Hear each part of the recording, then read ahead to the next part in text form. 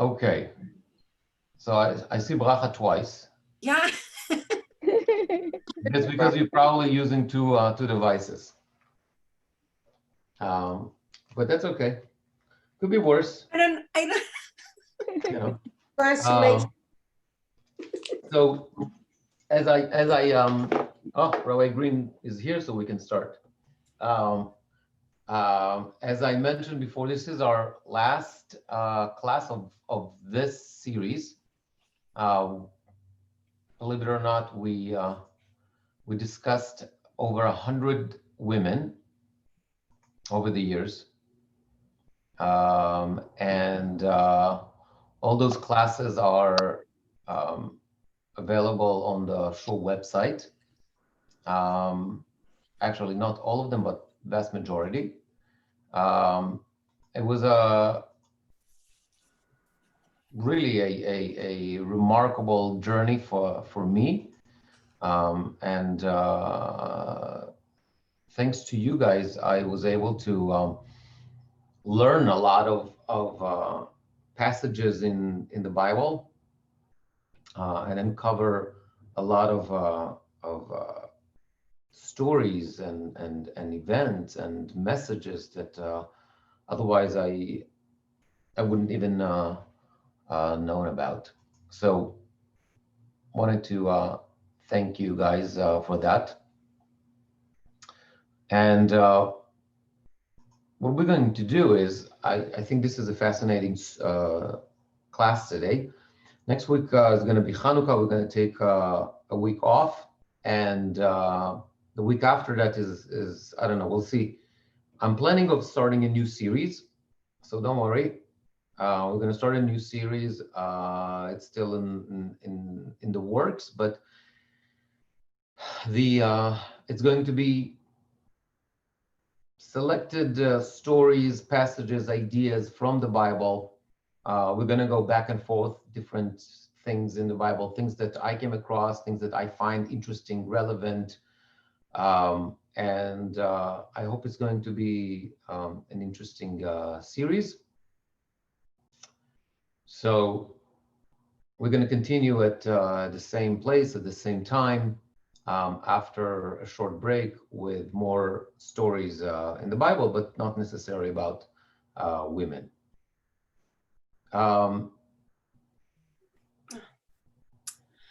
What I would like to do is to start, and by the way, we're going to have like a nice siyum for this series, so stay tuned. You're going to receive an email. We're going to have a celebration. So that'll be fun. We'll plan some event how to mark that really remarkable achievement. So I'm going to start with today. Let me share my screen.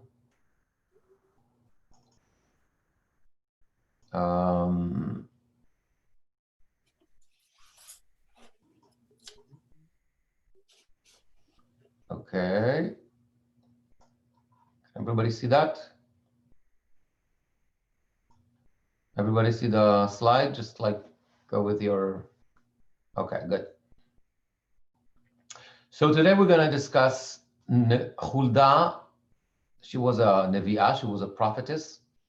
And as you can see, this is the tomb of Huldah on Har Zaitim in Yerushalayim. And one of the things that we've done throughout this series was going back and forth between Pshat and Drash. And I know I spoke about that many times, but I want to highlight, and we're going to demonstrate this idea also today. What do I mean? I mean that we have two levels or so to look at a text. One is the Pshat, the simple text, and we take the text of the Bible and we analyze it, and we compare perhaps certain words to other words and the shoresh and the root and to other events that we find in the text and all that kind of stuff, and we try to learn and make sense and try to see what we can learn from that stuff. So that's the pshat.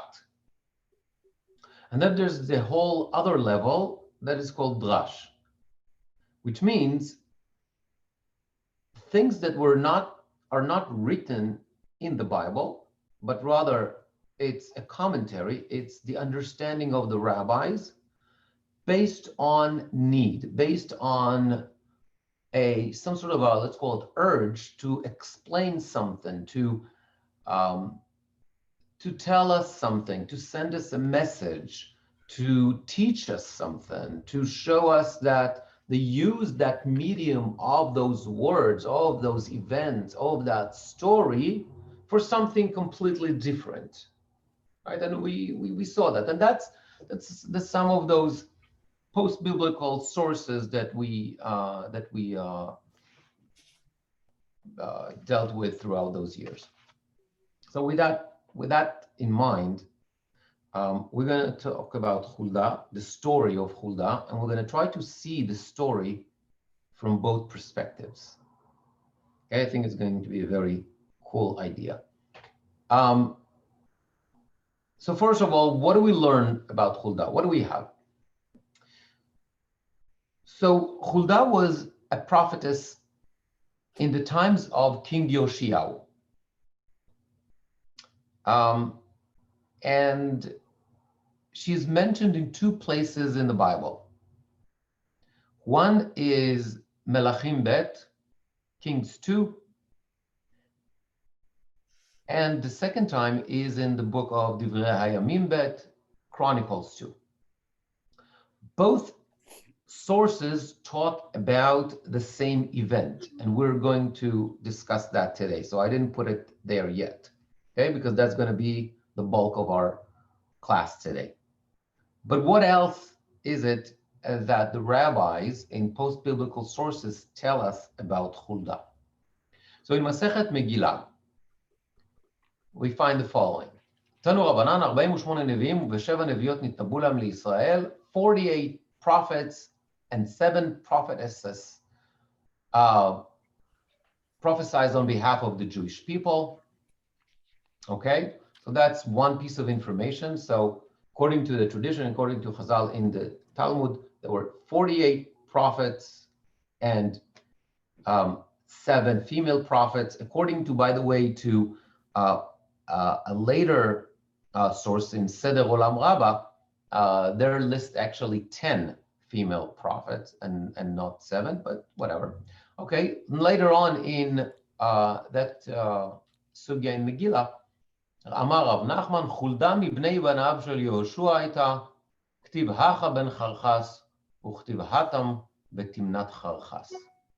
Okay, so the Rav Nachman claims that Hulda was a descendant of Joshua. If you remember when we talked about Rachav from Yericho, the tradition claims that Joshua and Rachav got married, and they had great descendants.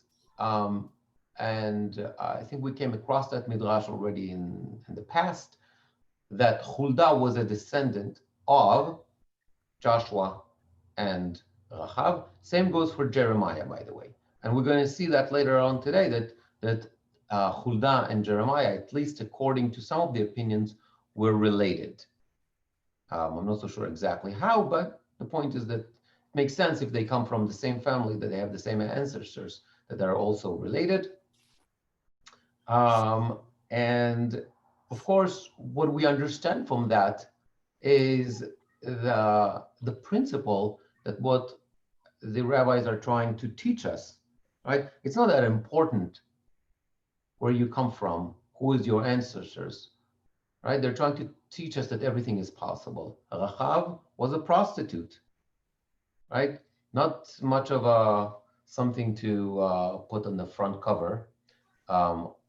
But nonetheless, because of her qualities, because of her actions, not only did she married to marry Joshua and become part of the Jewish nation, we learned about her in depth, but also look, Jeremiah and so also is also Huldah. They are some of her descendants, which means that, um, of course, Chazal are sending us a very strong message. It doesn't matter who your grandfather was. Um, depends what you do. That's number one. You can achieve anything. And number two, also, it doesn't matter what's your past. You can achieve greatness if you do the right thing. Fine. Rabbi, excuse me. Yes. Is this the same Rachav from Sodom? No, in Sodom there is no Rachav. No, who is the one that helped the men escape? That's Yericho. Yericho, not Sodom. Yes, that's the one. Yericho, not Sodom. The two spies that Joshua sent to Yericho. Okay? Thank you. Okay. The next source is comes from a midrash, Pirkei de Rabbi Eliezer, and he says the following: Rabbi Zeira Omer, תדע לך כוח הצדקה. You should appreciate, understand the power of kind deeds. בואו ראה משלום בן תקוות שהיה מגדולי הדור. שלום בן תקוות was one of the great people of that generation, והיה עושה צדקות בכל יום, and he was engaged in acts of kindness. ומה היה עושה? What was he doing? ממלא את החמת מים והיה יושב על פתח העיר. He had a jar of water and he used to sit in major junction. וכל אדם שהיה בא מן הדרך היה משקה אותו ומשיב נפשו עליו. And any traveler, any person who would go, you'd give him a glass of water. ובזכות צדקות שעשה, שרתה רוח הקודש על אשתו. And because of that kind action, the divine spirit came to his wife. שנאמר, וילך חלקיהו הכהן אל חולדה הנביאה, אשת שלום בן תקוות. Quoting the pasuk that we are going to deal with, that Chilkiyahu HaKohen was sent by King Yoshiyahu to Huldah. Who was Huldah? She was the wife of Shalom ben Tikvot. So obviously this is a midrash that I don't think that this was the intentions of the midrash, kind of to put down Huldah and say that she merited nevuah, to become a prophetess because of the deeds of her husband, because at the end of the day, she was probably on a higher spiritual place than her husband. But I think that it's what the Midrash is trying to show, that like kindness and tzedakah goes very long way. And the other thing that we learn is, as you can see, this is the grave of Huldah. ואין מקימים בקברות, the Tosefta says that in Yerushalayim, we don't bury in Yerushalayim, חוץ מקברי בית דוד וקבר חולדה הנביאה, except for the graves of the kings of the house of David and the grave of Huldah, שהיו שם ימות הנביאים הראשונים, because they were there. That's a whole discussion about, whether because of the sanctity, the special sanctity of Yerushalayim, one is allowed to bury in Yerushalayim. Yes, no. The bottom line is, you're going to tell me, well, but we have cemeteries in Yerushalayim. Well, that's, generally speaking, that was not the original Jerusalem. Jerusalem was what we call today the city of David. And then later on, the city was expanded. And so the locations that we have today, including, by the way, Har HaZeitim, were not part of the city in the times of the first temple. Okay, so that was considered to be outside of the city. But later on, the city was expanded and included other sections where we have cemeteries. Okay, fascinating debate between the Jews, the Christians, and the Muslims. Who's buried in that place? According to the Jewish tradition, it's Hulda. According to the Christian tradition, um, a fascinating, interesting lady, I'm not going to talk about her, Saint Pelagia.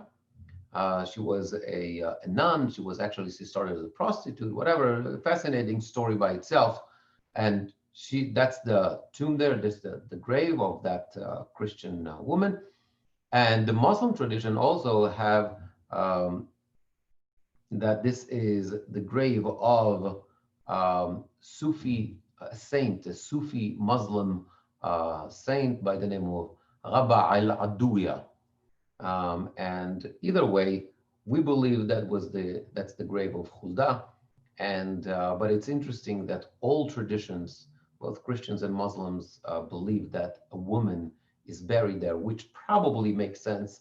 That there is a woman buried there, and we believe, of course, that's Hulda. By the way, that grave is open even now, meaning not in COVID, but you can go there to Har Hazitim and have a very nice tour and see that grave. Okay, let's jump right into the story the way it is, both in the book of Melachim and the book of Chronicles. But before that, anyone recognize that person in the picture? Come on, Israelis is supposed to know. Any of my Israelis? Come on, Miri. Shlomi Artzi. Shlomo Artzi. Thank you, Shlomo Artzi. Okay. I was on mute, I couldn't say. Right. Shlomo Artzi. Let's call him like I don't know, the Bruce Springsteen of Israel or Bob Dylan or whatever, okay? The #1 rock star of Israel. As secular as it gets, Tel Aviv, secular family, you name it, okay? I don't have to, you understand exactly, right? Big stadiums, whatever, platinum records, like one of the most popular singers in Israel. Dozens of albums, started, I think in the early 60s, enormous rock star. I'm going to play that. It's a video. I'm going to play that because it's a fascinating incident. So one time, Shlomo Artzi found himself in a studio in Ramat Gan. And the studio has 2 rooms, 2 recording rooms. And I guess there's like a coffee room or something like that in between, or a bathroom or whatever, doesn't matter. To make a long story short, he was recording in one room, and in the other room, there are a couple of Haredi guys working on song in Yiddish. Okay? And the whole concept of that song that they're working on, it's called Kol Zman Shehaner Dolek Efshar Letaken. Okay? It's a saying by Rabbi Israel of Salanter. It's a saying that says, as long as the candle is lit, apropos Hanukkah, one can fix. Meaning, as long as there's hope, as long there's somebody like, okay, and you can take it in either way. As long as you're alive, you have a chance on making things better. As long as there's hope, then you can do something about it. Like, all that kind of stuff, okay? I don't want to analyze a Hasidic tale so much. So this is a very different music than what Shlomo Artzi is used to. This is not his music. This is a song in Yiddish based on a Hasidic tale. This is as far as possible from his style of music, as far as possible from his upbringing, his style, his philosophy, his life, his everything. And I had some inside information because the music arranger is the guy that was my music director in the army, very talented guy. And so this is why I came across that video. And anyway, what happened was Shlomo Artzi was in that waiting room or in coffee room, whatever you want to call it, and he sees one of his guitar players there, Avi Singold, beyond talented, #1 guitar player in Israel. And he said, "Look, what are you doing here? I'm not recording." Like, what the hell? He said, "No, I'm recording for like some Haredi guys in the next door studio." He said, "Oh yeah, what are you recording?" And they start, so he said, come, let's, take a look what we're doing. I want to show you this video, okay?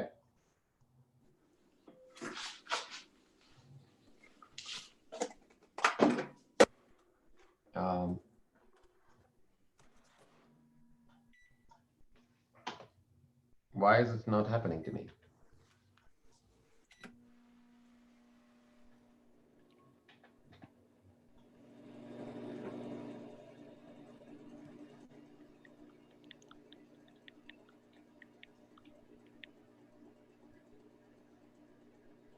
Okay, hold on. This is not cool. Let me see what's going on here.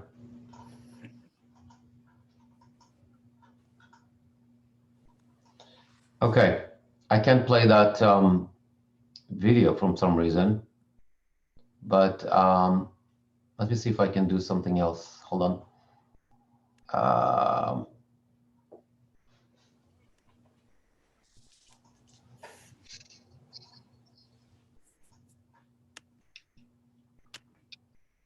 Maybe I can show it from a different place. I apologize. I thought I was able to, I thought I embedded it here.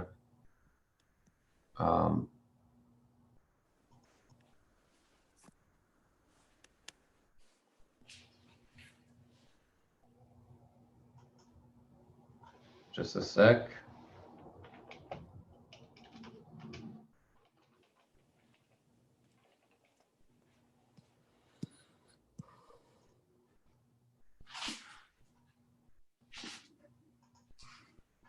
המשך זה אצלך, הדף השני. Okay.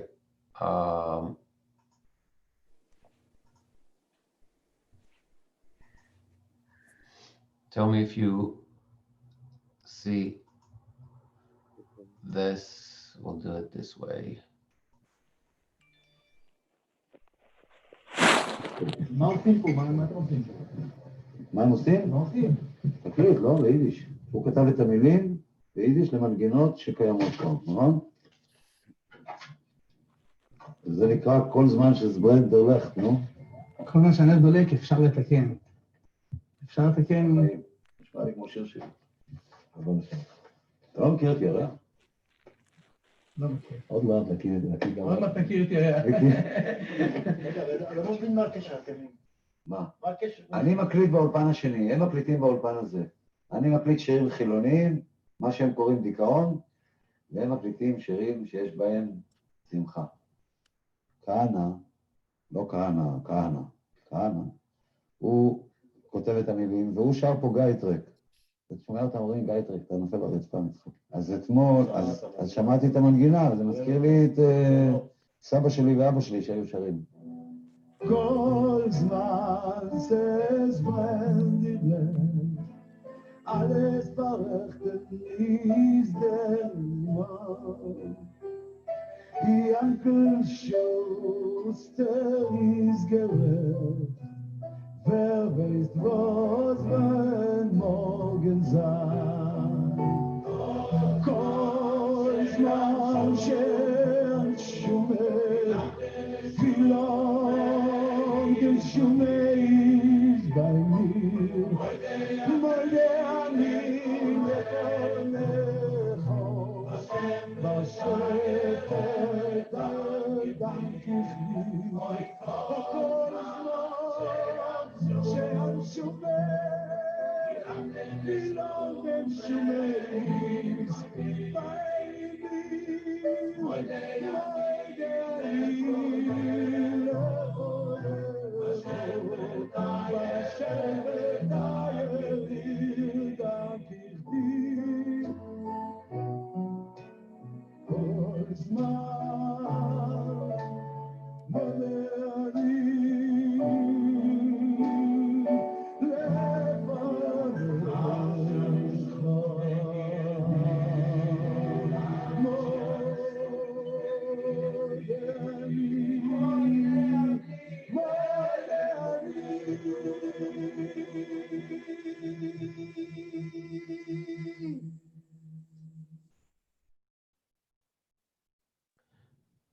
This is, if you know anything about Israeli culture, this is like one of the most shocking things. This is like, think about, Bob Dylan recording a Hasidic song in Yiddish. At Joseph A. Bank, Okay. you'll find an easier way to brighten your holiday. I Shop need to the holiday sales event. stop that. I need to come out from this. I need to close that. Okay, I'm sorry for that technical difficulties, but we're gonna go back now to here and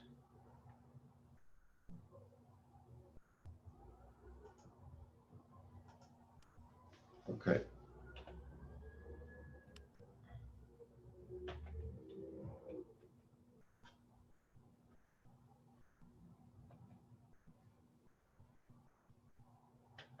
Okay, something is, I don't know why it's not, something is, I have a problem with my presentation here.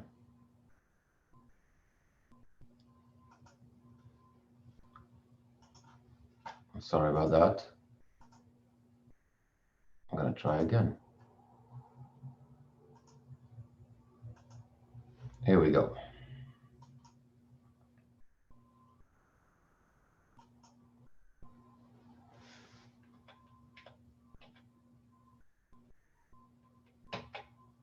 Okay, put things in perspective.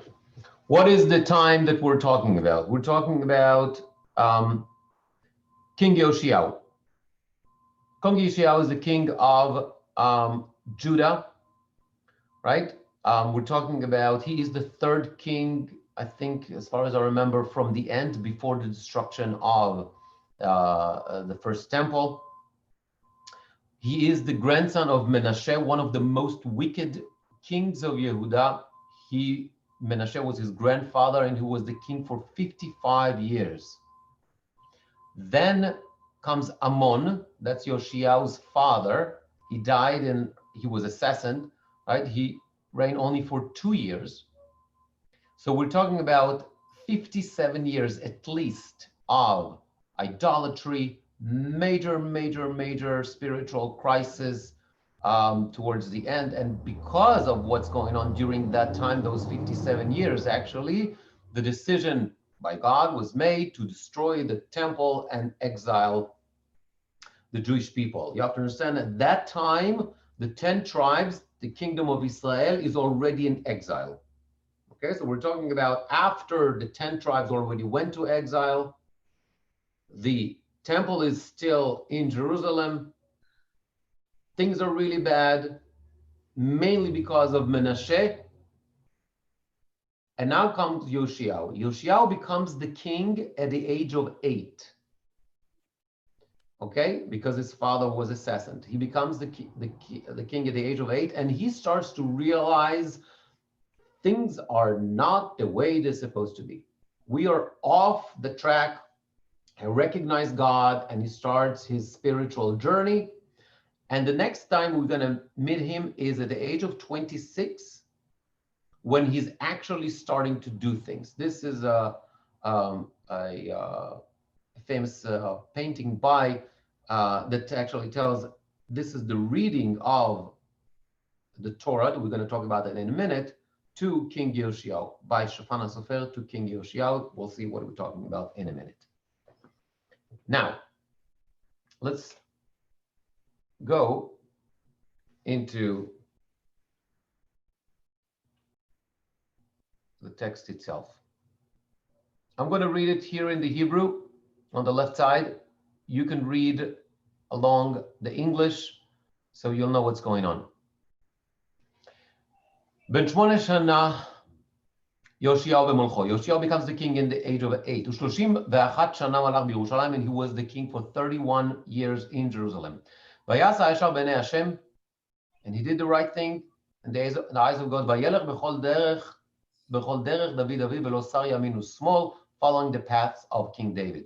ויהי ב-18 שנה למלך יאשיהו, in his 18th year as a king, שלח המלך לחזק בית הבית. I'm reading stuff here with jumping psukim in the middle.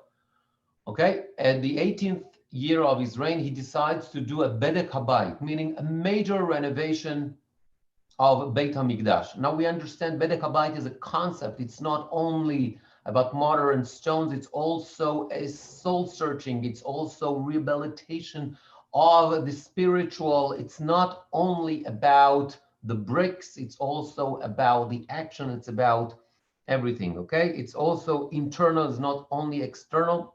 And in order to do that, he has a building fund, and it seems that everybody partnered with him and everybody accepted and everybody realized, yes, it's the right thing to do. Just deja vu to what we learned a while ago about King Solomon, that King Solomon forces the nation to bring in taxes in order to sponsor all those buildings that he built. This went, actually, people felt, yeah, it's the right thing to do. Beit HaMikdash looks terrible, and it's also a process that has both the internal process as well as the external process. Okay. אך לא יחשב איתם, הכסף נתן אל אדם כי באמונה הם עושים. There's a complete faith. He trusts the workers, the contractor. You know, he says, like, you know, it's not that like I'm going to pay for this and pay for this and pay for this. It says, like, you know, here's all the money you need. Do what's needed. Ki ve'emunah hem usim. There's trust. Emunah. They believe him. He believed them. It's a good relationship. Vayomer, here it becomes interesting. Vayomer Chilkiyahu HaKohen HaGadol al Shafan HaSofer. ספר התורה מצאתי בבית השם. ויתן חלקיה את הספר על שפן ויקראהו. During those renovation,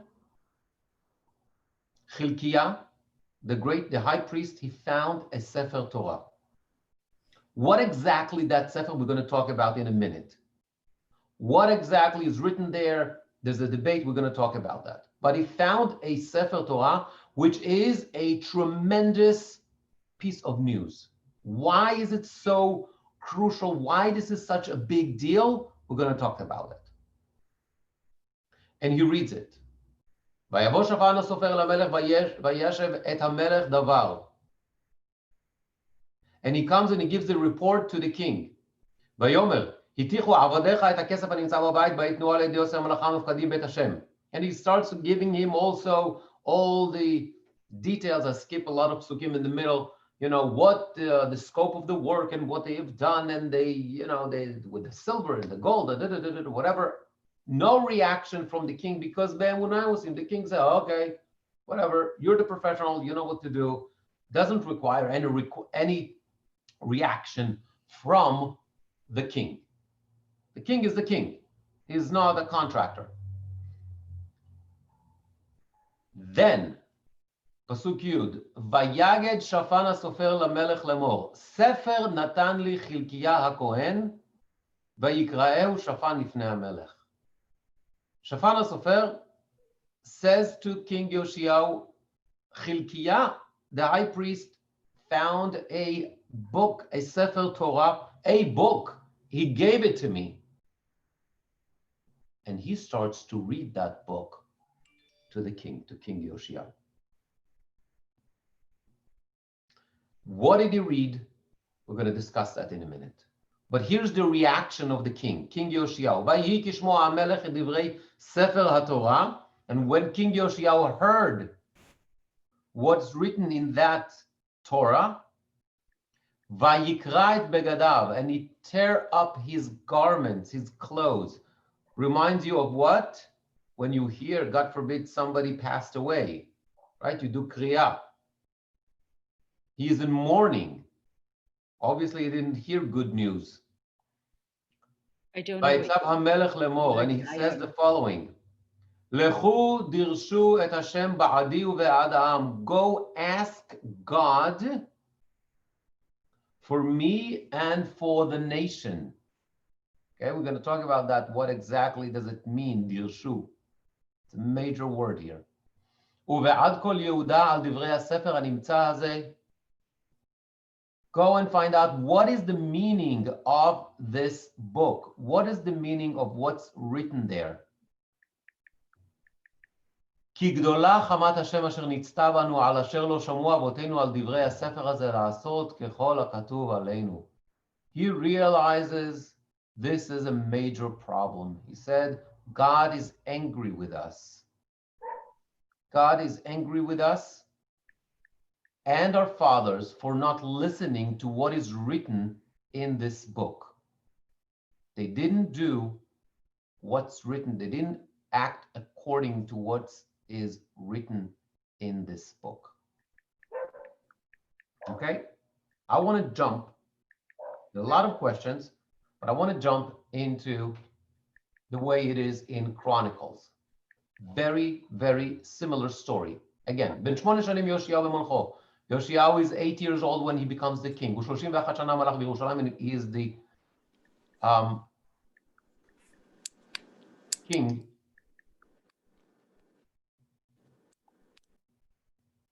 And so we have a very, very similar description here. There's no reason to go into that. But a very similar story that we find in Divrei Hayamim about that incident. Okay. Nonetheless, we're going to deal with the differences. So first question is, what exactly is that book? And a lot of commentaries about that. A lot of the commentaries agree that this is Sefer Devarim, Book of Deuteronomy. Here is the Malbim. And the Malbim says the following. Why this is such a big deal? Because he comes, I found the Torah. Well, what's the big deal? You found the Torah. You're doing renovations in the temple. In the temple, where are you going to, if you're not going to find a Torah in the temple, in Beit HaMikdash, where else are you going to find that? Why this is such a big deal? So the Malbim says the following. באור העניין ובהוציאם, בעת שעסקו בזה, מצא חלקיה ספר תורת השם ביד משה, שמצא את הספר התורה שכתבו משה בעצמו. This is the book, the Torah that Moshe Rabbeinu himself, that Moses himself wrote. If you remember, at the end of Sefer Dvarim, we learned that Moshe spent the last couple of days of his life writing Torahs. And this is one of those Torahs. ועל זה אמרו ספר התורה בה"א הידיעה. One of the differences between the story in Kings and Chronicles is that in one of the places, in Melachim, in Kings, it says Sefer HaTorah, the Torah scroll. What do I mean, the Torah scroll? That particular scroll that was written by Moses. ספר הנודע שהיה יקר מאוד והסתירו אותו בימי מנשה ועמון בנו, והיו מחפשים אחריו ולא נודע מקומו. Why this is such a big deal? Because not only it was written by Moses himself, that particular Torah was hidden in the times of Menashe, i.e. Yoshiyahu's grandfather and father, Ammon. And we understand why, because if Menashe was this guy that started all this idolatry, if Menashe is this guy that abolished Jewish practice for the next 55 years, and therefore they try to destroy any evidence of Jewish practice, he brought idolatry. Therefore, somebody, we don't know who, decided to hide that Torah. Velo noda mekomo, and they didn't know where that Torah was hidden. Now, during that renovation, they found it. They found it, and this is why it becomes such a big deal. Now, as I mentioned before, what was so bad that Yoshiyahu heard that he decides to do a kriya, to tear up his clothes, and he goes into this act of mourning. The Metzudot explains the following: ואמרו רבותינו ז"ל שמצאה כשהייתה מגוללת בפרשת תוכחות. You know what was it? It's the tochecha. It's the rebuke. It's this section of the rebuke in Sefer Devarim where we hear all the curses. והיה התחלת הדף, and the beginning said, יולך השם אותך ואת מלכך. God is going to exile you. ועל כי מאז חיפשו אחריה ולא מצאוה, אמר כי מבשר. And the fact that they were looking for that Torah for so long and they couldn't find that, and now they found it at that particular time in history. You have to understand the 10 tribes already went into exile.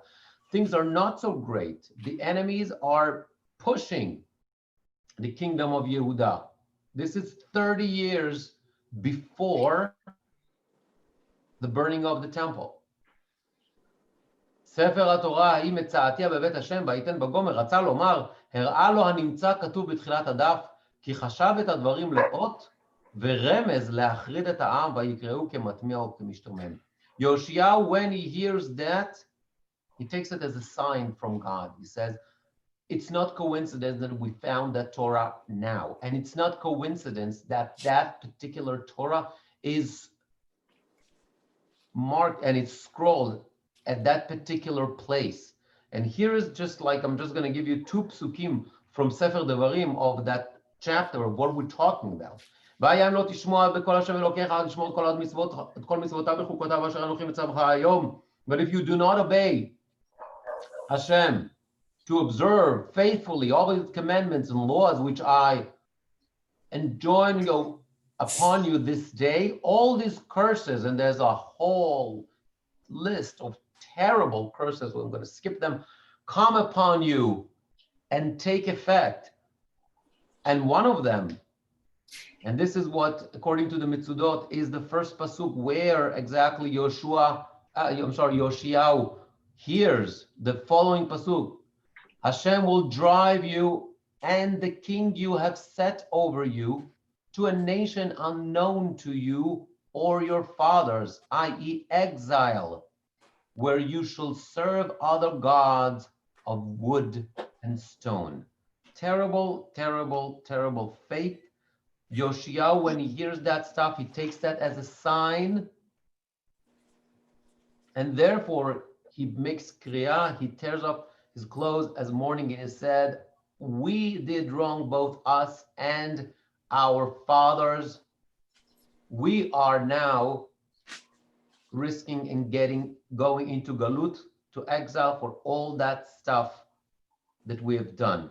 Even though you have to understand, Yoshiyahu himself is a great king. He is a great righteous person that actually decides to renovate the temple, wants to do whatever possible. He recognizes the way of God. So what does he do? He decides to do the following. He sends messenger. He sends that group of people, and he sent to them, Dirshu ba'adi uve'ad ha'am uve'ad kol Yehuda. Find the meaning find somebody who can interpret the word of God and find what does it mean to us? What can we do? Or what is it that we, our destiny? And what do they do? Look at the English. I'm going to read the Hebrew here on the left side. All that, like, all that group of people that Yoshia, the king, all this delegation is going to where? El Hulda HaNeviah, Eshet Shalom ben Tikva ben Charchas, Shomer HaBgadim. They go to Hulda, wife of Shalom. We talk about him. ויושבת בירושלים במשנה וידברו אליה. And she sits in Yerushalayim, and they talk to her. And they explain to her, we found this, and the king sent us to see what's the meaning of that. ותאמר עליהם, and she tells them the following, כה אמר השם אלוקי ישראל, this is what Hashem said, אמרו לאיש אשר שלח אתכם אליי, tell the person who sent you to me, i.e. the king, כה אמר השם, here's what Hashem says, הנה מבירה אל המקום הזה ועל יושביו על כל דברי הספר אשר קרא למלך יהודה. I'm going to bring bad time to this place. Everything that is written in that book is going to happen. תחת אשר עזבוני וכתרו לאלוהים אחרים למען אכיסני בכל מעשה ידיהם ונסתח חמתי במקום הזה ולא תכבה. Because of all the bad stuff, you guys left me and you worship other gods, and I'm angry, so to say, Hashem says, ונצתח חמתי במקום הזה, I'm furious about this place, i.e. Yerushalayim, the temple, ולא תכבה, and there's nothing you can do about that. ולמלך יהודה שולח אתכם לדרוש את השם כה תאמרו אליו. And to the king, the one who sent you to me, you should tell him the following. Here's כה אמר השם אלוקי ישראל דברים אשר שמעת. Those things that you have heard, i.e. read, that you heard, that are written in that Torah. יען רך לבבך ותיכנע מפני השם בשומעך, אשר דיברתי על המקום הזה ועל יושביו להיות לשממה וקללה, ותקרא את בגדיך ותבכה לפניי. Because you have taken that message and you act and you understand and you tear up your clothes and you cry. וגם אנוכי שמעתי נאום השם, and I hear this. לכן, הנני אוספך אל אבותיך ונאספת על קברותיך בשלום. Therefore, I'm going to temper that prophecy. You're going to die in peace.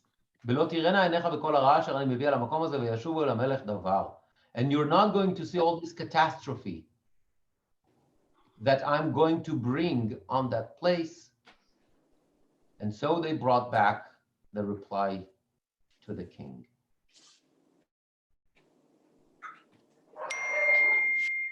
Okay, somebody is not muted. If you can please try to help me unmute yourself, that will be a great help. Here's the parallel story, the way it appears in Divrei Hayamim. Very, very similar. Look at the English. I'm just going to read the Hebrew. וילך חלקיהו ואשר אל המלך וחולדה נביאה אשת שלום בן תקוות בן חסר שומר הבגדים והיא יושבת בירושלים המשנה וידברו אליה כזאת, and they tell her, ותאמר להם כה אמר השם אלוקי ישראל, אמרו לאיש אשר שלח אתכם אליי, כה אמר השם הנני מביא על הרעה המקום הזה על כל יושביו. Very similar story. It's the same thing word to word, the way it's reported in Divrei Hayamim, in Chronicles, and in Kings. Okay, this is the prophecy.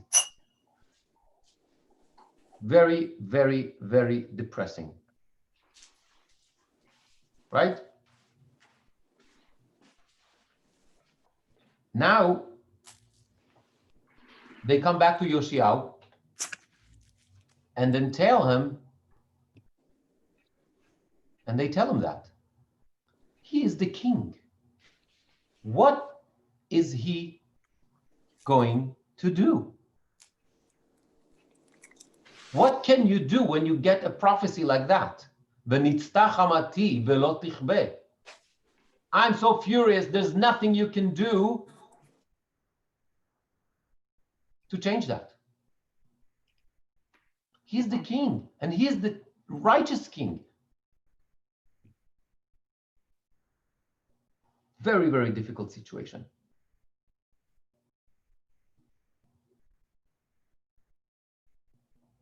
But he needs to act.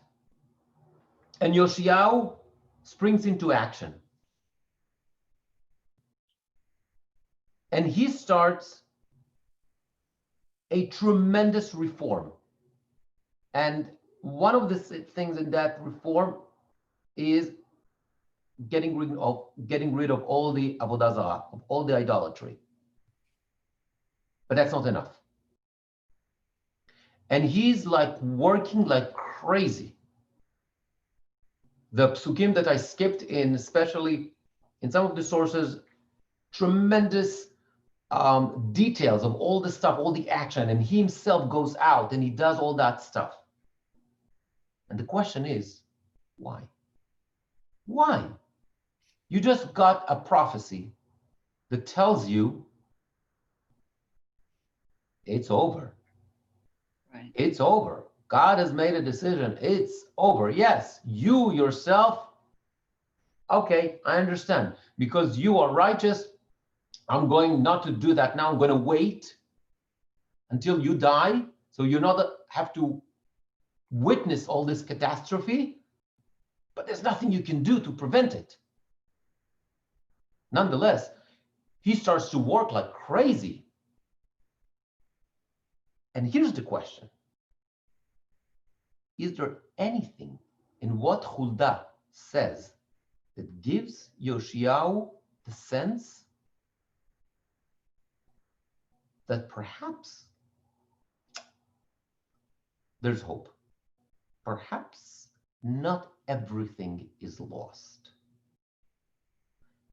In other words, does Yoshiyahu act in such crazy way against the Avodah Zarah? And not only that, you'll see that he's going to celebrate Pesach in an unprecedented way.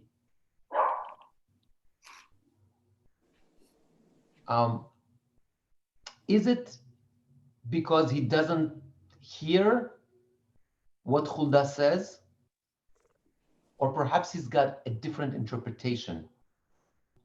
He hears something between the lines, perhaps? What is it?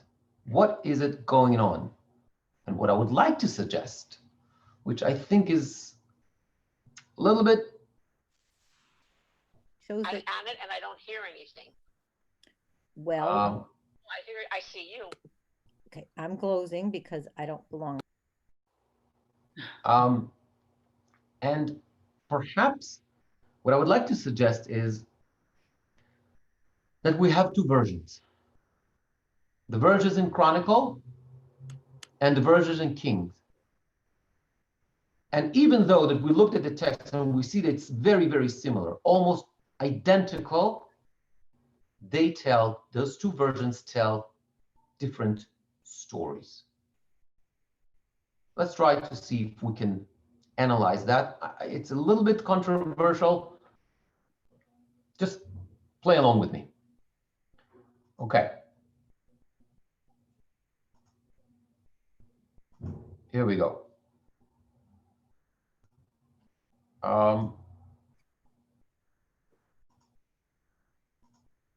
We saw that, we saw that, we saw that. So when we talk about the two versions,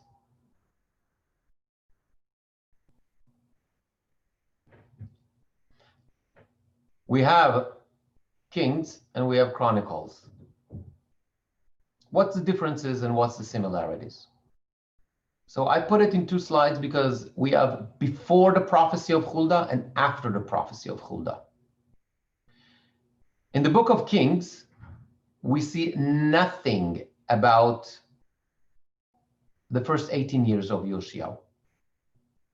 The book of Chronicles talk about that he becomes a king at the age of 8, and he made tshuva, he starts to see the way of God. And he starts actions against the idolatry. Then in the 18th year, he starts Bedek Habayit, the temple renovation, and they found the Torah. And that's in both sources exactly the same. What happens then? He rips his clothes in both places, right? And he sends that delegation to Huldah. Lechu dirshu. Then we see Huldah's prophecy, and the prophecy is given pretty much identical text in both books. Then what happens?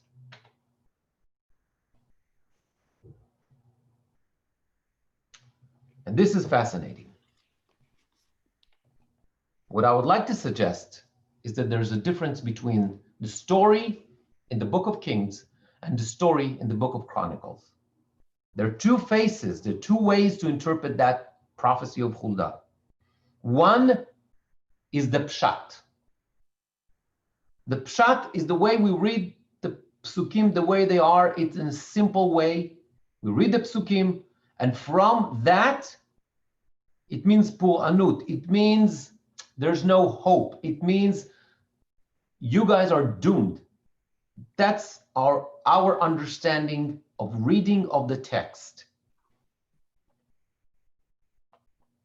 And the second option is that Yoshiyahu actually hears something. He hears a different voice. He hears a opening, a slim chance, a hope, and therefore, perhaps that's the reason why he acts the way he acts. So let's compare what we see in the psukim. I didn't go put like all the text because I think it's very long and there's no reason to do that. I summarized that. What does he do right after hearing the prophecy of Huldah? So there's three things that King Yoshiyahu does. One, immediately he renews the covenant. Number two, abolishing idolatry. And number three, celebrating Passover. These are the three things that he does. And the three things appear and in the same order in both books. But here's the difference. So the covenant, the renewal of the covenant appears, and it's, here it's like one pasuk, here it's two pasukim. It's not a big deal. Not much of a difference. What about the second item, abolishing the idolatry? In the book of Kings, there's a tremendous detail, the tremendous details of what's going on. It goes on and on for 13 verses, the description, how this is done. Lovely. However, in the book of Chronicles, it's very, very summarized. It's only one verse. Next, when there's a description of the celebration of Passover, in the book of Kings now, we have a short description that is only 3 psukim. However, in the book of Chronicles, we have a very detailed description that goes on for 19 verses. Okay? Then we have another difference. In the book of Kings, there's a mentioning of Menashe, i.e. his grandfather, and the bad stuff that he has done. This mentioning of Menashe does not appear in the book of Chronicles. But in the book of Chronicles, there's mentioning of hiding the ark by King Yoshiyahu. And then later on, at the end of that episode, in the book of Chronicles, we find later on, he goes into a battle against the Egyptian army, and he dies in battle. King Yoshiyahu dies in battle after 31 years as a king, yeah? And there's a famous kinah, the first lamentation that Jeremiah have. It appears only in the book of Chronicles, but not in the big book of Kings. So what is going on here? Why the difference?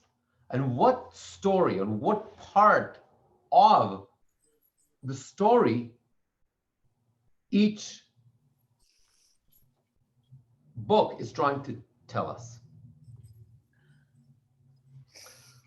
So the pshat, perhaps they want to call it, if this is a pu'anut, if this is a prophecy of everything is doomed and there's no hope, then we have to deal with that. We have to explain it as, what's the source for that? What brought that? It's the Avodah Zarah.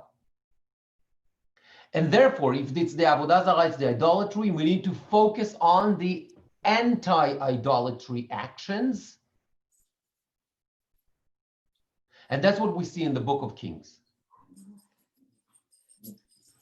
This is what we see in the book of Kings. This is most of his work. That's what most of it is doing. And that's what we're going to highlight. Because there's no hope. It's because of the idolatry. And therefore, we're going to show his actions against idolatry. In the book of Divrei Yamim, in Chronicles, we hear a different story.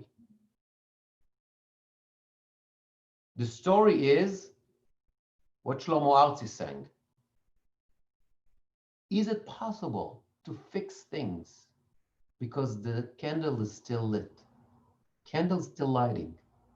Perhaps there is a chance here, a sliver, something we can fix. This is what he hears in Divrei Yamim, perhaps. And that means, is there a way to fix things? And if so, we're going to highlight that what we call tikkun, and not the idolatry. What is the tikkun? Passover. It's the celebration of Passover, because Passover represent the renewal of the covenant. Passover is the tikkun. Passover is settling the relationship back. It's not what we do against, it's what we do for. It's the positive. It's not only the negative against the idolatry, it's the positive what we do. It represents liberation, right? The liberation also not only from the slavery, it's also a spiritual one. And therefore, there's another difference between the two places in the book, which is fascinating. In the book of Kings, it says that the Passover, that Passover in times of Yoshiyahu, it was celebrated in such a way that it was never celebrated since the time of the judges. However, in the book of Chronicles, it says that that Passover was celebrated like no other Pesach since the times of Shmuel, Samuel. Why? What's the difference? Obviously, they're talking about what happened hundreds of years before. But I think it's another hint of what is it that they're trying, the different stories that Chronicles and Kings are trying to teach us. Mentioning of the times of the judges. What happens at the time of the judges, the book of Judges? Things are bad. What is the motif, the reoccurring motif, the book of Judges? Isha yashar be'enav ya'aseh. Everybody did whatever they wanted. It was a time of very, very difficult time spiritually. No king. Things were bad. Every time there was like, tzaro, there were like hard time. And what happened? God sends a judge. That judge takes care of the problem, goes into battle, deals with the enemy, whoever that enemy is quiet for a couple of years, and then boom, again. Very problematic. Things do not really change. It's kind of putting a band-aid on things. It's not really changing, unlike the book of Shmuel. Shmuel was able to bring the nation into a whole different place spiritually. Right? And Shmuel was able even to do so. Shmuel comes right after the judges. So he's able to do that even after such problematic, difficult time in Jewish history. So when we talk about hope, when we want to highlight that perhaps there's hope, even though the prophecy of Huldah is so terrible, if we want to say that there's a hope that King Yoshiyahu hears, there's a chance for hope, he's going to compare his actions or that Pesach to the times of Samuel. Because in the time of Samuel, all of a sudden, there was hope after that horrible period of the judges. But if what we hear from the prophecy of Huldah is that there's no hope, There's going to be destruction. V'nitztach hamati ve'lo tichbe. And there's nothing you can do about that. It's sealed. The destiny is done. Then we're going to highlight the times of the judges. Yeah, there were times where a judge came and help and that kind of stuff, but it didn't make any everlasting change. So there are two narratives to the nevuah, the prophecy of Huldah. But that's not enough. My question is, can we hear that also in the text itself? I mentioned that pasuk before, and I'm going to say it again. It says, pasuk Yudain says, "V'nitzta chamati ve'lo tichbe." V'nitzta chamati, and my anger, right, is mutzat, is lit, meaning God's wrath is full volume. Ve'lo tichbe, and will not be extinguished.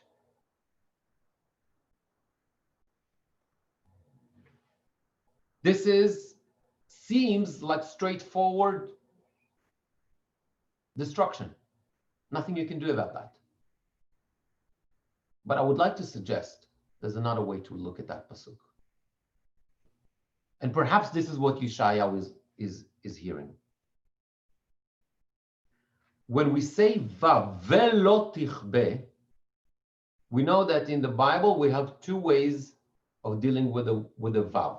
Vav, ve'lo, and we have vav hachibur, right? Vav could be as and,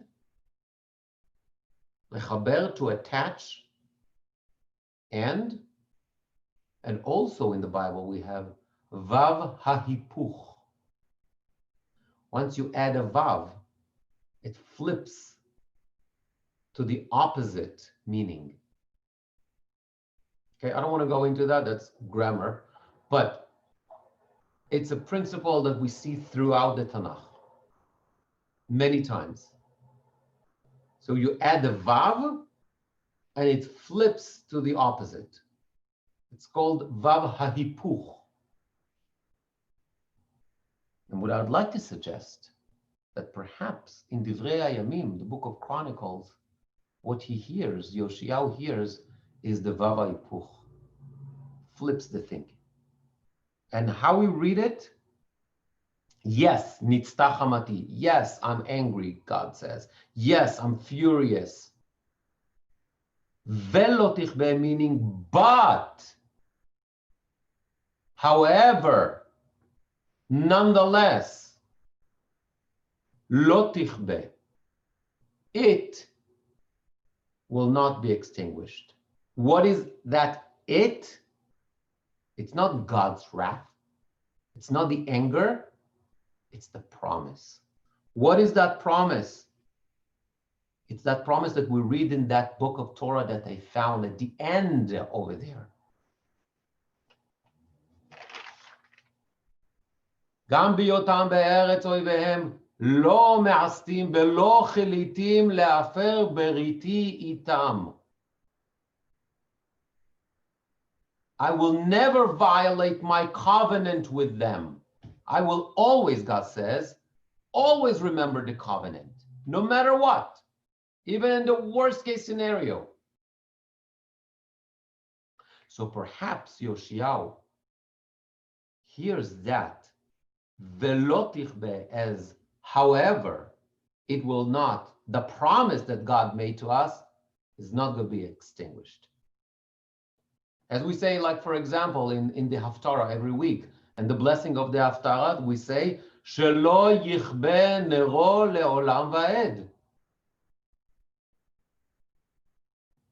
Right? The light will never be extinguished. Le'olam va'ed. What is that light? The light of David.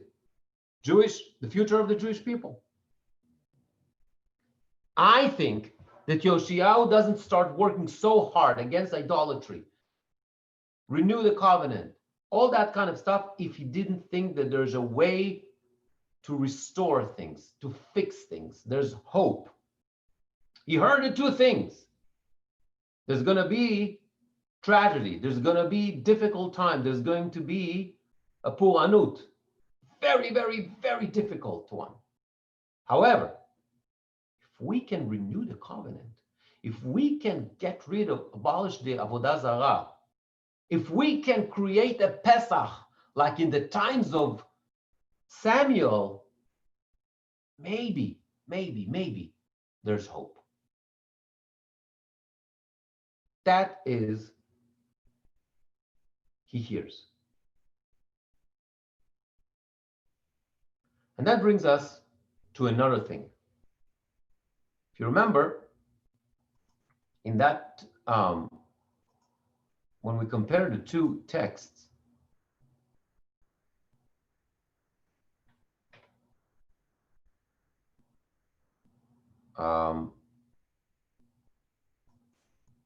here,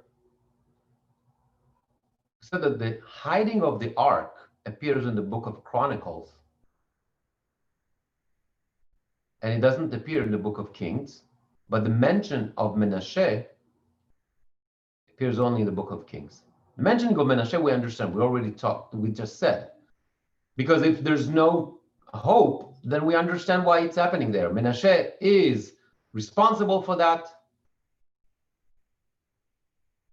And therefore, we're going to focus on that. But however, if we're focusing on the hope, like in the book of Chronicles, we're not going to mention Menashe. But we do find this mentioning of hiding the ark.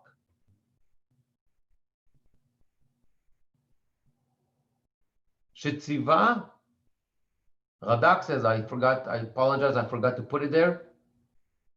Radak tells us that Yoshiyahu commanded to hide the ark. Why? Why?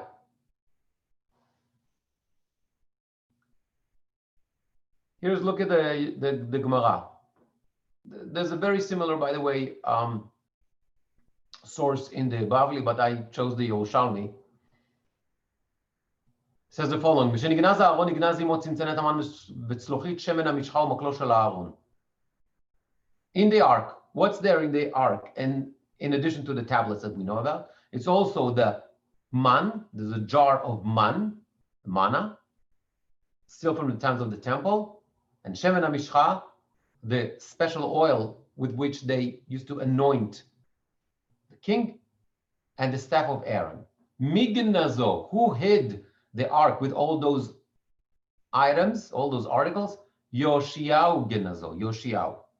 Why? Kevan שראה שכתוב, יולך השם אותך ואת מלכך אשר תקים עליך על גוי אשר לא ידעת, אתה ואבותיך עמדו גנזו.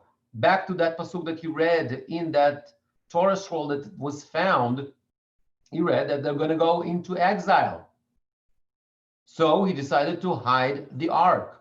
Amar lahem, he said to them, Im golehu imachem lebavel en atem achazririm oto od limkomo.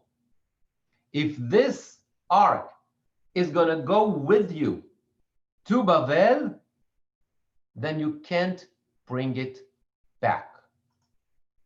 What does it mean? And therefore it needs to be hidden. What does it mean? Yoshiyahu understands there's no way out of it. God has made a decision. There's going to be exile. They're going to go into exile. And therefore, the ark needs to be hidden. They're going to bury it somewhere. They're going to, right? But we should have thought about, it makes sense that we're going to find that in the book of Kings, not the book of Chronicles. Because the book of Chronicles is about hope. Perhaps there's hope. We can avoid that. Yes? No. Yoshiyahu is very realistic. That prophecy is very, very clear. The exile is going to happen. So the question is, why is it bearing the ark? It's all finished. You know why? Because that's the tikkun. That's the repair. The Yerushalmi tells us that Yoshiyahu understands that if the ark is going to go with them to Babel to exile, that's the end. Finished. There's not going to be a coming back. There's not going to be a chapter 2. There's nothing. Finished forever. The menorah, all the vessels of the temple, everything can be, they can fashion that again. They can create it again. But those articles, staff of Aaron, the tablets that were written by Moses, the manna, all that stuff, they're irreplaceable. So the point is that they had to be hidden because what? Because the Jews are going to come back. There's going to be a second chance. Yoshiyahu doesn't live in fantasy land. He realizes that that decree was already made in the times of his grandfather, Menashe. He can't change. He can't change it. God has made a decision. It's going to happen. But the question is, what do I do, me, Yoshiyahu? What do I do about that? I can't change that. Question is, what I'm going to do about that. And what he does is taking those actions that's going to impact the future.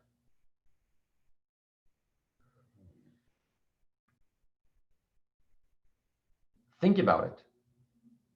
Who wrote the book of Chronicles? It's Ezra. Ezra Sofer. Ezra Sofer, the person that takes the Jewish people from Babel after 70 years of exile in Babel and takes them back to Israel. Ezra Sofer is the one that represents that hope. Yoshiyahu buries the ark and does whatever he does 100 years before Ezra. At least 100, a little bit more than 100. Right? So Ezra wants to give the people, the people are coming back to Israel, the hope that we can do that. There's going to be something. So therefore, he talks about Gnizat Aaron. He talks about the fact that Aaron is buried. All we need to do is to uncover it. We're coming back to the land. You know why? Because Yoshiyahu already understood that there's hope. And what he did, all his actions were such to give us the opportunity to do that. Yoshiyahu knew he's not going to change God's decree. But it definitely have an impact on what's going to happen later on.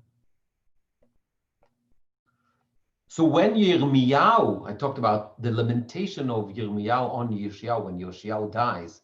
When Yirmiyahu eulogizes Yoshiyahu, he doesn't eulogize Yoshiyahu so much, but rather he talks about the missing of the last opportunity for tikkun. That was the problem.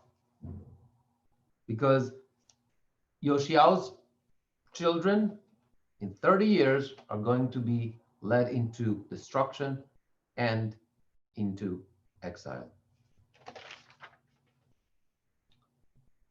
These are the two readings in the books of Kings and Chronicles for exactly the same event, the prophecy of Huldah. And this is all pshat.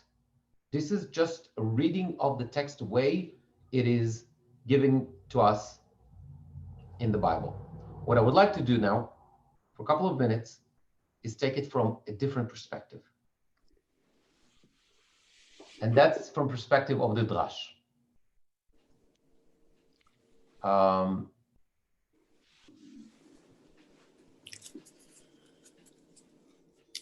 Here we go.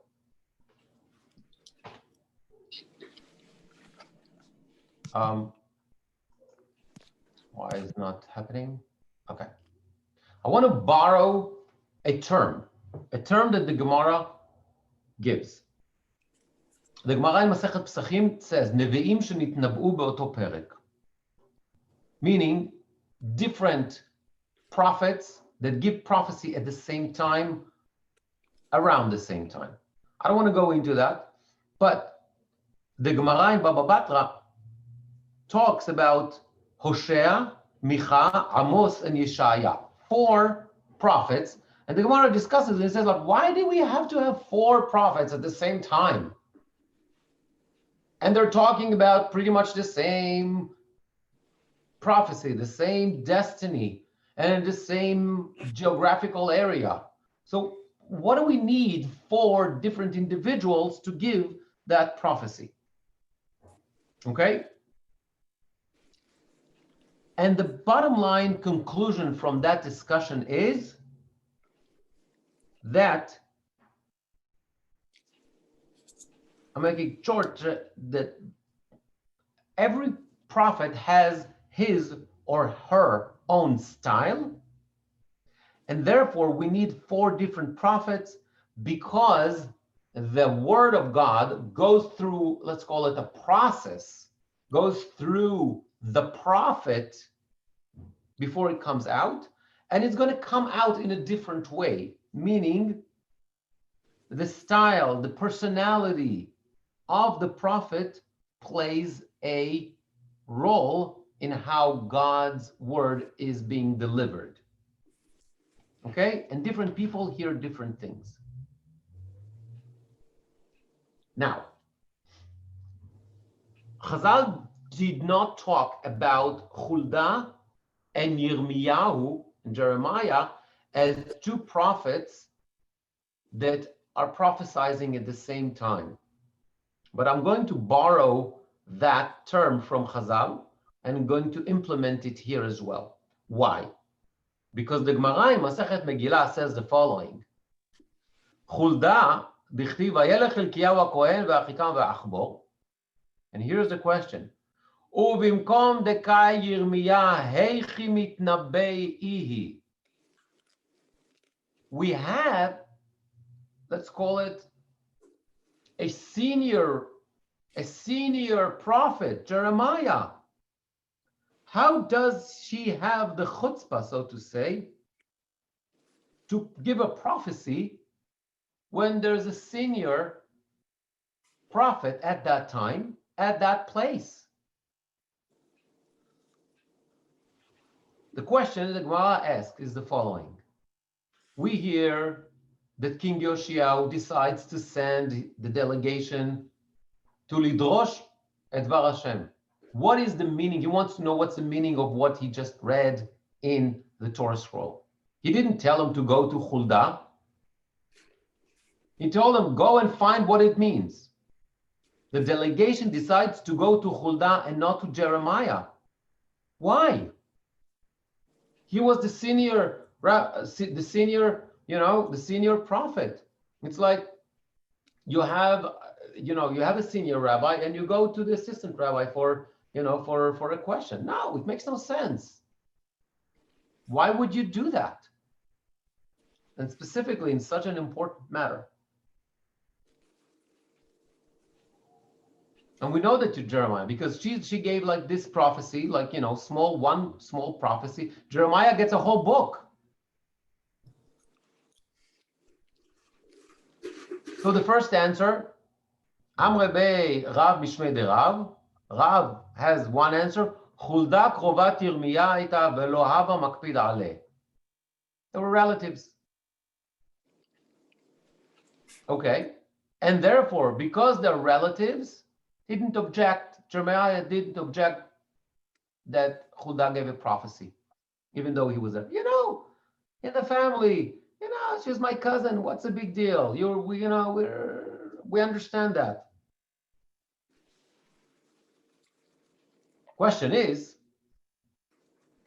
Ve'Yoshia gufe heichi shavik Yirmiyahu meshader legabe. Okay, so maybe Jeremiah didn't, he wasn't that concerned about Huldah giving prophecies because that's his relative. Okay, fine. I can understand that. But what about King Yoshiyahu?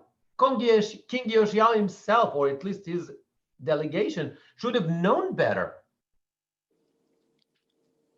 Why didn't they go to Yirmiyahu? Why? Amrei, the way Rabbi Shila, so Rabbi Shila has a different explanation. Mipnei shehanashim rachmaniot hen. Okay, that's a different answer. We said just a minute ago that what? That the Dvar Hashem, the word of God, goes through a certain process, let's call it. What is that process? Through the prophet. And the prophet's personality and the prophet's style is also part of the way God's word is going to be delivered. So therefore, they heard something really bad, right? The book of Dvarim, it's the Tochecha, it's the rebuke. They understand things are bad. Yoshiyahu tears off his clothes. He's in mourning. He understands this is bad news. So guess what? If you want to understand the bad news, Rabbi Shila says, maybe you should go and hear the bad news for somebody who's more merciful, somebody who's less harsh.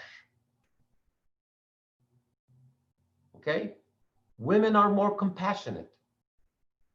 And therefore, the choice was made to go to Huldah and not to Jeremiah. That's another explanation. Here's the third explanation. Rabbi Yochanan Amar, Yirmiyah lo haba hatam. Guess what? The delegation did go to Yirmiyahu. They knock on the door, no answer. Call on the phone, no answer. Where is Yirmiyahu? Nowhere to be found. He's not in town.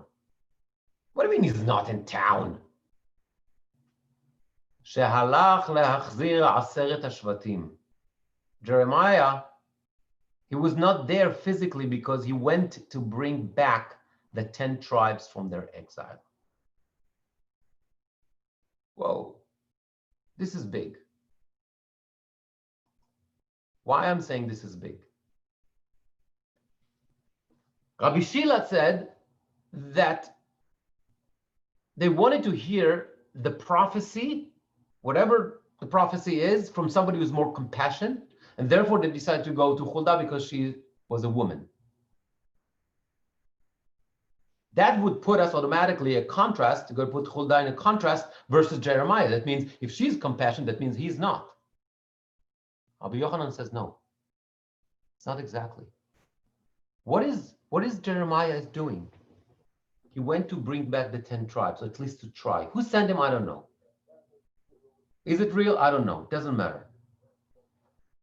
But it tells us something because that's a midrash, of course, right? So we understand it's a midrash, right? But what is the message here? Jeremiah is that person, super sensitive person that realizes this is a time of catastrophe. This is a time of tremendous challenge. The 10 tribes are in exile. I need to do something about it. And he goes and tries to get them back. We try to give us a hint, perhaps. Rabbi Yochanan says, don't think for a second that Jeremiah is less compassionate than Huldah. These are a couple of really mind-jarring ideas here. First of all, Chazal are trying to, they take a rabbinic principles and they put them on the Bible instead of the opposite. It's just unbelievable. We have a principle, for example, en morim halacha b'fnei rabo, right? That the student is not allowed to teach if his master, if his teacher is at presence, right? Because it's disrespectful, right? So it's a rabbinic principles. It's a rabbinic principle, but the rabbis in the Gemara, what did they do? They put it on biblical figures, which is fascinating. Because Jeremiah is the master, is the teacher, and Huldah is the student. And therefore, because of that principle, which is a later principle, a rabbinic principle, she couldn't have done it. That's a fascinating point by itself. Number two, They said that women are compassionate. Ah, what's the proof? Because they went to Huldah and didn't go to Jeremiah. Did you listen to the words of Huldah? There's not like one iota of compassion there. She gave it like straight, cold, nothing. So what compassion are you talking about? And the question is, therefore, why Chazal choose that way? And I think, and this is my theory, and you can disagree with me. It's not that Jeremiah said, oh, you know, it's my relative, so I don't care. And it's not that because Huldah was more compassionate than Jeremiah. It's because of a very simple thing. She's got something to say, and she's going to say it. God gave her a message, and here it's her obligation to say it. Whether either way that she's going to do it, compassion, not compassion, it doesn't matter. At the end of the day, yes, there's a stylistic idea, blah, blah, blah. But at the end of the day, when a prophet has a message to say, the prophet is going to deliver that message. Every prophet has his or her style, but they all gave their message, whether you like it or not. Let's go back to the story for a second. So the Torah scroll was found. Yoshiyahu hears the story. And he sends this delegation to Huldah. And back to that word, vedirshu. I'm going to take it now in a different meaning. What does it mean, vedirshu? Ask. Yoshiyahu tells them, according to Chazal, my understanding at least of Chazal, that what? Make a drash out of that. Not pshat. The pshat I can hear myself, Yoshiyahu say. I understand, we're doomed. It's very hard. There's no way out of this. I need a drash. I need to make it into midrash. Guys, help me. Help me find a way to make it so it's not so depressing, so hard that there's no hope, that there's nothing we can do about that, we're all doomed. We need to find a way to make it happen. Somehow find that there's hope. And that's the meaning of dirshu. It's like make a midrash out of that. Let's see if we can find a different interpretation. Yoshiyahu didn't tell them where to go, why, he said to Lechu dirshu. And what she said is very difficult. And indeed, things do not change on the national level. There's no compassion, there's no nothing. It's just exactly like the pshat.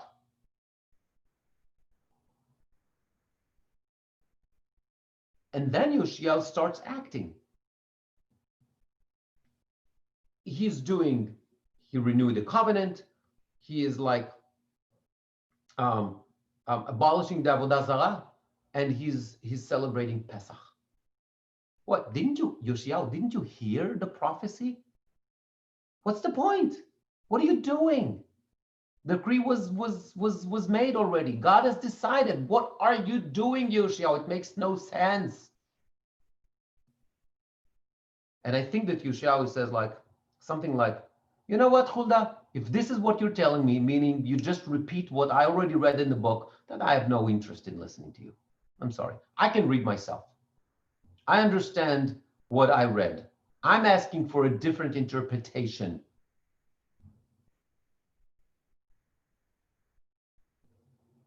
I'm not getting it from you. Well, guess what? Or maybe I am. Doesn't matter. Depends on if you look at Kings or Chronicles. And he starts to do that himself. He decides to make a drash out of it, to take it out of the context of the pshat, look for something else. And that's the thing that he wants to highlight. And this is what he finds. He finds the nechama, the consolation. This is what's going to highlight. And perhaps that's the purpose of the nevuah.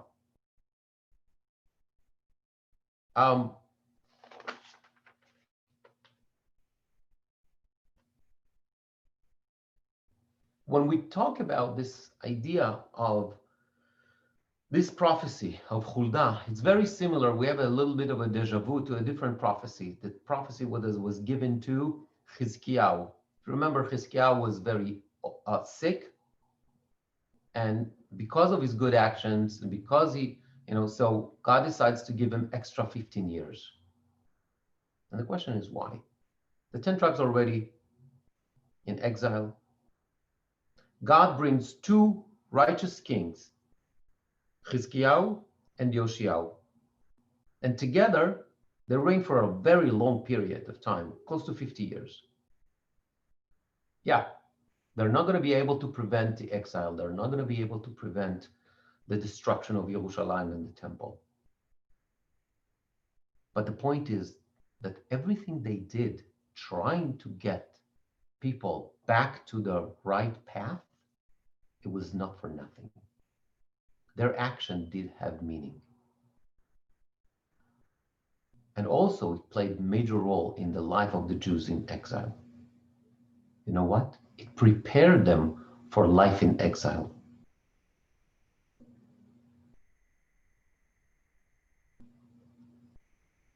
It says to them, the Nevuah says to them, it's not only, oh, I'm going to give you a couple of extra years, like to Chizkiyahu, or I'm going to give you this present that you're not, Yoshiyahu, you're not going to witness the tragedy that's going to happen after your death. It's not about that. It's sending them a different message. It's telling them there's going to be exile after you. There's nothing you can do about that. But you know what? What's your role? Is to strengthen the nation for that tragedy. So after 70 years of exile in Bavel, they'll be able to come back to the land. Who? Again, Shevet Yehuda, your people. It's not enough to annul the decree, but it's enough to fulfill the promise, Shelo yichbe nero leolam va'ed. When we say in the high holidays, Utshuva, Utfila, Utzdaka, Ma'avirin et roa hagzera, the famous line in the Natan Tokef, when we say Ma'avirin et roa hagzera, it's not that we say that our actions of Tfilah, prayer, Tzedakah, Tfilah, Tzedakah, Ma'avirin, they have the ability to annul, to change the decree. God's decree is God's decree. But perhaps we can take out the bitterness, the roa, we can take out the bitterness from that. We can do things in the meantime. Sometimes, and then I'm going to jump into our lives, sometimes we face ourselves in very difficult situations. We get really bad news and stuff that we cannot change. And some people get into depression and they say, okay, I'm doomed. There's nothing I can do about it. And they paralyzed and they just like, okay, let me just do nothing and until I'm done or whatever that is. And some people, they say, okay, I know it's the end. I know whatever that is, but I'm going to use the time that I have in a different way. And I'm going to act just like Yoshiyahu. He starts all this unprecedented reform of like getting rid of the Avodah Zarah and the Pesach and the covenant and all that kind of stuff. It's not going to change history, but it's going to change the time that he has still. And it's going to change and perhaps going to prepare the people for what's going to happen after the tragedy. On Sunday, we marked the Shloshim for Rabbi Sachs. And earlier this year, we also lost another giant of Torah, Rav Steinsaltz. Both of them, we didn't know that, for example, that Rabbi Sachs was sick for a long time, but both of them knew that they were sick and they were near the end. We didn't know that. They knew. And in both cases, now we understand why they were so active. Rabbi Sachs wrote about 10 books since he discovered that he was sick. Rabbi Steinsaltz completed not only his Gemara and Mishnah and his interpretation of the Rambam and the Tanakh, all that kind of, it's like, since they discovered they're sick and actually this is very, very serious, they were more active than throughout their lives. They were like working nonstop. Perhaps what I would like to suggest here, that they knew they're not going to change the decree, but it was their choice how to use the time that they have. And they chose to be active. They chose to try and impact as much as possible in the time that they have left. Sometimes we're facing difficult, challenging reality. We can't change that reality, but we can determine how we're going to accept that reality. What are we going to do about that? This is our choice. Yoshiyahu teaches us that. Chizkiyahu teaches us that. More modern figures like Rabbi Sachs, Rabbi Steinsaltz teaches us that. And unfortunately, many, many heroes who faced situations like that teaches us that. You know, there's a saying, right? You can't choose what's going to happen, but you do have a choice what's going to be your attitude towards, how you're going to react to that reality that is forced on you. And if there's one message from Hulda's prophecy is, you know, there's always two sides. There's always an option how to act. There's always another way to hear the things. There's always a way to decide how I'm going to react to that. And this is what we learned from this remarkable lady and those remarkable figures. I pray and I hope that none of us will face challenges that we have no ability to change, like, you know, to change a situation that we have no ability to change. But if we are facing such situations, may we all find the right way to deal with them. That you can unmute yourself, guys. That completes our last class in that series. We're going to take a break for Hanukkah, and I'm going to prepare a new series, which I think is going to be very, very interesting. It's going to have to do with the Bible. I'm not sure exactly all the details, but it's going to be the same time, the same place, and I hope you'll join me for yet another interesting excavation of the gems in the Bible. Yes. And this is pretty remarkable. I mean, guys, we uncovered over 100 ladies in the Bible, close to 120 classes of that. So pretty remarkable. And thank you all for being my partners in this endeavor. Thank you. So we will celebrate, and we'll have Thank it. We're gonna celebrate. Shoshana. This is all Yom Kippur and Yonah and everything, and also the saying that God doesn't want the Rashaim to die, but to come back to the